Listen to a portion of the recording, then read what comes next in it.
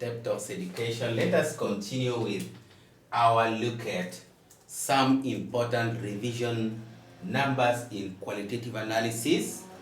So let us see this second question here, that name one reagent. Name one reagent that can be used to distinguish between the following pairs of substances. In each case, state what would be observed if each of the substances was treated separately or independently with the reagent you named. So we are going to pick a suitable reagent that we can apply to each of these substances. Here I am seeing cations, and somewhere we also have the anions. So we are going to see the reagent that we can use that must make us have different observations with each of the substances when treated with that reagent. So the point is, we must have a reagent that gives us different observations, not the same observation.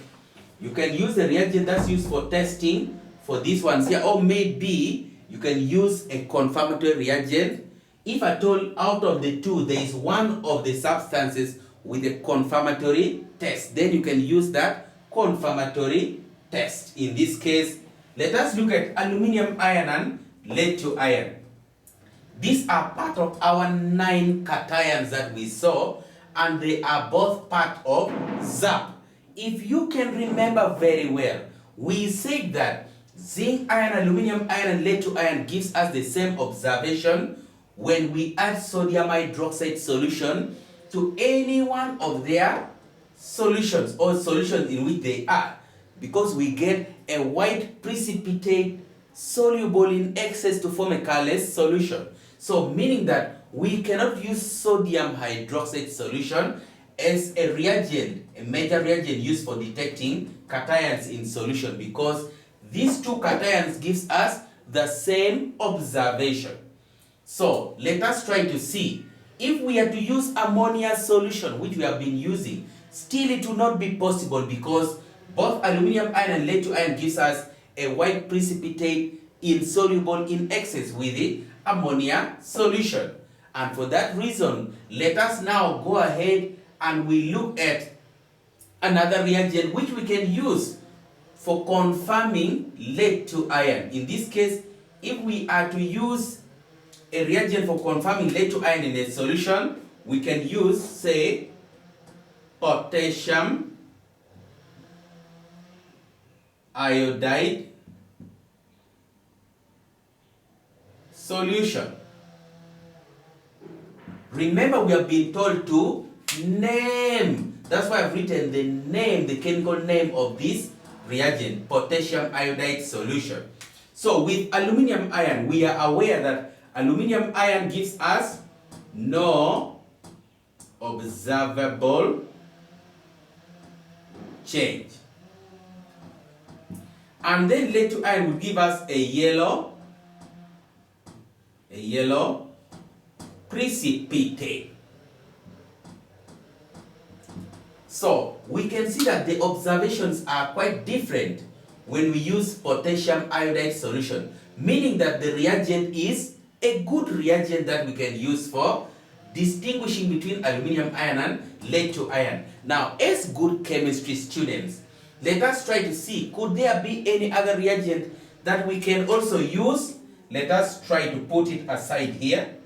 Any other reagent that we can use, an alternative reagent here. Yes, we can also use a solution which can precipitate an insoluble salt of lead, and in this case we can use also dilute sulfuric acid. Dilute sulfuric acid contains a sulfate ion. Remember, we can also use any other solution of a sulfate, a soluble sulfate salt, which also will provide the sulfate ion that will combine with the aluminum ion and the lead ion, and then we make different observations here. So let me say this one is an alternative. So alternatively, we can also use dilute sulfuric acid. So aluminum ion will give us, in this case, no observable change. And why? It is because the aluminum ion will combine with the sulfate ion of the dilute sulfuric acid, and we get a soluble salt of aluminum sulfate. Remember, we said that it is only barium sulfate, lead 2 sulfate, and the sparingly soluble calcium sulfate, which are the insoluble sulfates. Meaning that aluminum sulfate is a soluble salt, and there will be no precipitation of that aluminum sulfate. So we get no observable change. Then, with the lead 2 ion, with sulfate ion of the dilute sulfuric acid, we are able to get a white precipitate. We get a white precipitate in this case. Now, that is that. Let us go to the second pair. That is calcium ion and zinc ion. Let us try to use, we try firstly using the major reagents. So, our major reagent, one of them is, in this case, one of the major reagents is sodium hydroxide solution.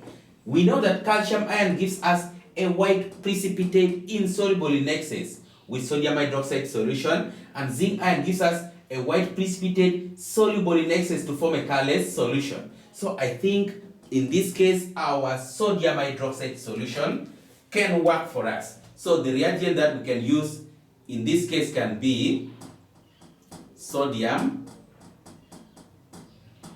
hydroxide solution. Sodium hydroxide solution is possible because we are aware that calcium ion gives us an observation of a white precipitate insoluble in excess. Why are we saying in excess? Because sodium hydroxide solution is administered in a way that you add it dropwise until in excess. So we say that we make an observation when we add a few drops and then when we add excess drops. So calcium ion gives us a white precipitate, and in excess the precipitate is insoluble. Then zinc ion gives us a distinct observation of a white precipitate. Instead of being insoluble, it is soluble. The precipitate is soluble in excess to form a colorless solution. Pure application of what we have already learned in this case from testing for cations using sodium hydroxide solution. Let us try to see if we can get an alternative reagent here. Remember, we said that calcium ion, when you try to test it using ammonia solution, you get no observable change, but zinc ion gives us a white precipitate soluble in excess to form a colorless solution. So those are also different observations, meaning that we can also use ammonia solution. Let me use another marker of a different color. So we can also use ammonia solution. And with ammonia solution, calcium ion would give us no observable change. I believe we are moving on together. So be able to remember how these cations respond to sodium hydroxide solution and ammonia solution tests. Then zinc ion in this case gives us, zinc ion will give us a white precipitate. Zinc ion gives us white precipitate soluble in excess to form a colorless solution. A white precipitate soluble in excess to form a colorless solution. Just like this one here. So we can see that in this case the observations are different. Are you aware that we can also use dilute sulfuric acid? Because if we are to use dilute sulfuric acid here, then calcium ion would give us a white precipitate, and that one is a white precipitate of calcium sulfate, since it is one of the insoluble sulfates. And zinc ion would give us no observable change because the zinc sulfate formed is a soluble salt. So dilute sulfuric acid would work here for us, or a solution of any soluble sulfate salt. I hope we are moving on together. Let us come to sulfate ion and chloride ion. These are now anions. So we can try to see in the order of testing for the anions, sulfate ion and chloride ion, we say that we can use lead to nitrate solution.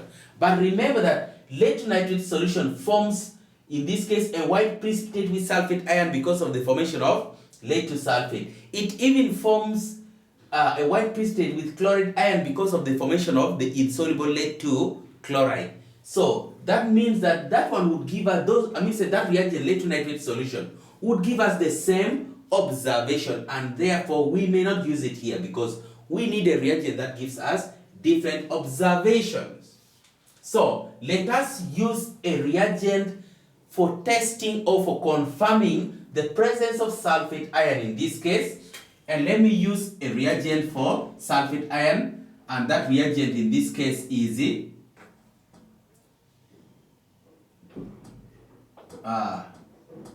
barium nitrate solution and dilute nitric acid. So I want us to know that the whole of these, much as there are two substances, this is the reagent that we use because they have to work hand in hand. The barium nitrate solution has to go with the dilute nitric acid. Remember that we can also use in the same kind of test barium chloride solution because it is a soluble, in this case it is a soluble barium salt, which will provide the barium ion that combines with the sulfate ion to form a white precipitate of barium chloride. Of barium sulfate. So sulfate ion would give us a white precipitate. I said that we can also use barium chloride solution, which moves together with the dilute hydrochloric acid. Now, for chloride ion, this reagent is strictly for confirming the presence of sulfate ion, meaning that chloride ion will give us no observable change. And it is true because the barium chloride which is formed is a soluble barium salt. Remember that we have got silver chloride, lead 2 chloride, and then the rare mercury 1 chloride, which are the insoluble chloride salts. But barium chloride is a soluble chloride salt, so we get no observable change here. Good. Let us look at an alternative reagent that we can also use. And in this case, we are going to use a reagent that is used for confirming the presence of chloride ion. And that reagent is silver nitrate solution and dilute nitric acid. Silver nitrate solution and dilute nitric acid. In this case, sulfate ion will give us no observable change Meanwhile, the chloride ion would give us a white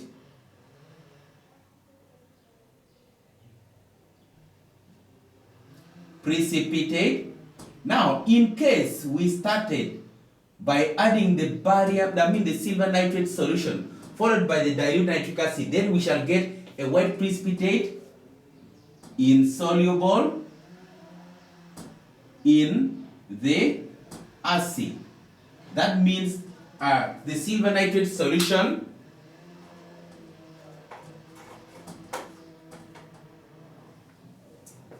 here the silver nitrate solution first, then the dilute nitric acid follows. And here we have got a white precipitate because we are in this case seeing that in case we used this dilute nitric acid first, then the barium nitrate solution later on, then we are able to get a white precipitate. However, if the barium nitrate solution is added first, followed by the dilute nitric acid, we would also get a white precipitate insoluble in the acid. So we don't have to forget that. Now let us look at calcium ion and then magnesium ion. Since they are cations, let us start by trying the major reagents used for testing for cations. So we start with the first one, which is sodium hydroxide solution. So if it was sodium hydroxide solution added dropwise until in excess, both calcium ion and magnesium ion would give us the same observation of a white precipitate insoluble in excess. So that one cannot be used. Let us use an ammonia solution. Yes, ammonia solution is okay because with ammonia solution,